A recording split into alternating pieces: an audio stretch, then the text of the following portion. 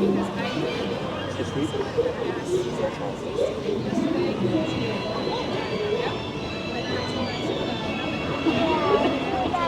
She's tired.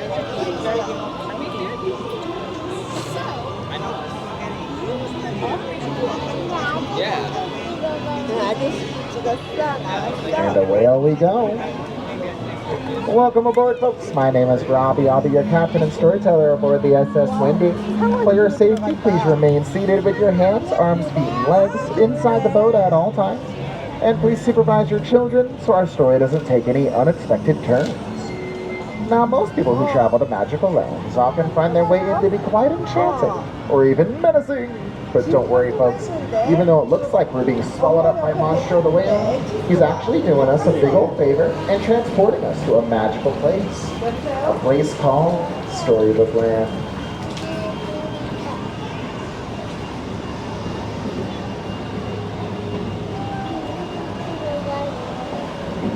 Which is that one? Now, of course, our story starts with once upon a time, and in our case, a big bad wolf that lives in a cave just ahead on our left, and he's always after the three little pigs. But luckily, they live just across the way in these three little houses. One made out of straw, one made out of sticks, and one made out of guaranteed wolf-proof bricks.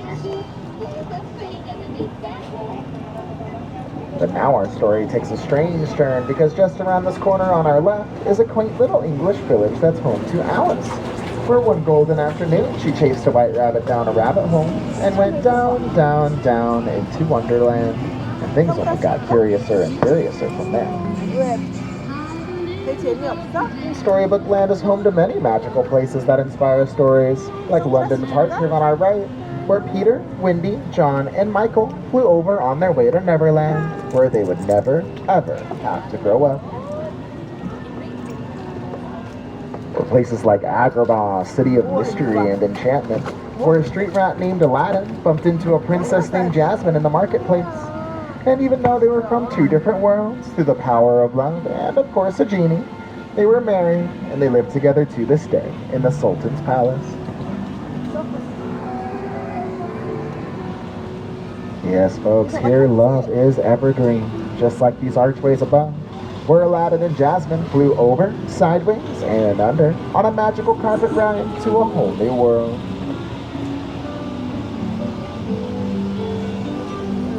And all good stories are filled with love and light, but they have their dark places as well, like the mysterious Cave of Wonders straight ahead. The treasure inside bears a curse that only the genie can lift. Legend has it that whoever finds the lamp inside and sets the genie free will be granted 3 wishes. Let's all make a wish inside and see if it comes true.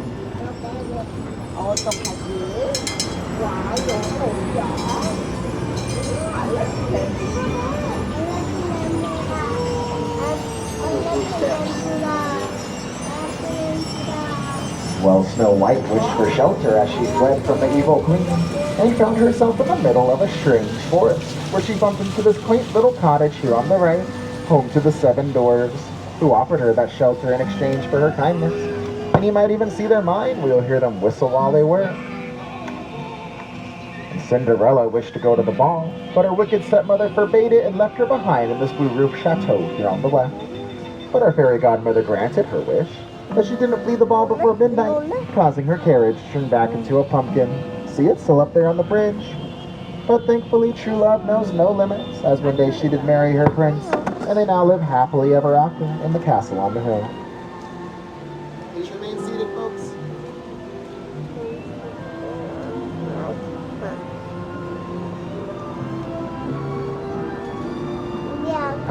Dreams really do come true. Some dream of happily ever after. Others dream of slowly drifting off to sleep on beds of quilted flowers, like these ones here on the left, inspired by the 1933 Silly Symphony, Lullaby Land.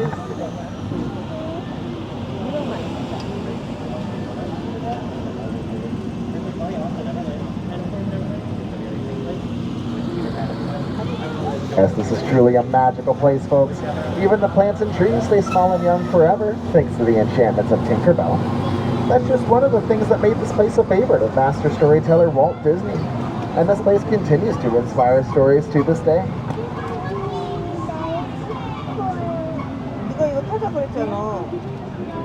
Stories like The Wind in the Willows, where Mole, Rat, and Mr. Toad live in the stately manor just ahead on the left. But sorry folks, you won't see J. Thaddeus Toad there today, as he's off on a wild ride to nowhere in particular.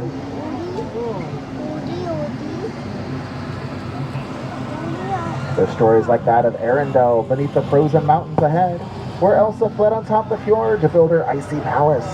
But her sister Anna refused to let her go and proved once and for all that family can weather the harshest snowstorms. While in the Alpine village just ahead, woodcarver Geppetto wished upon a star for his puppet Pinocchio to become a real boy, and with the help of the Blue Fairy, his wish came true. And Geppetto's wish is not unlike many wishes made throughout stories, even one that led a little mermaid named Ariel to follow her Prince Eric to the castle coming up on our right. And it was on those very shores she made her first steps towards being part of our world. But hers is a story in the shadow of her father, King Trident, ruler of the kingdom of Atlantica, seen here on the left. And their story ultimately ended in happily ever after. And as we close the book to our story and approach the dock, please keep your hands, arms, and fingers inside the boat at all times. And on behalf of all of our storytellers here, we'd like to thank you for joining us on our journey and hope you have a great rest of your visit here at Disneyland. And once we come to a complete stop, folks, please remain seated, and on my count of 3, we'll all stand up in the center together for balance so no one goes under the sea with Sebastian.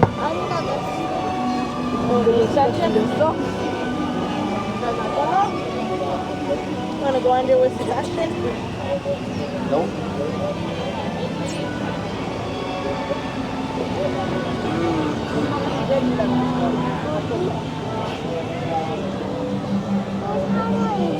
우와, 하와이로 들어간다. Alrighty, please remain seated, folks. Your hands around the dock. Please keep your hands, arms, and fingers inside the boat. On the count of 3, we'll all stand up together. 1, 2, right up, breathe.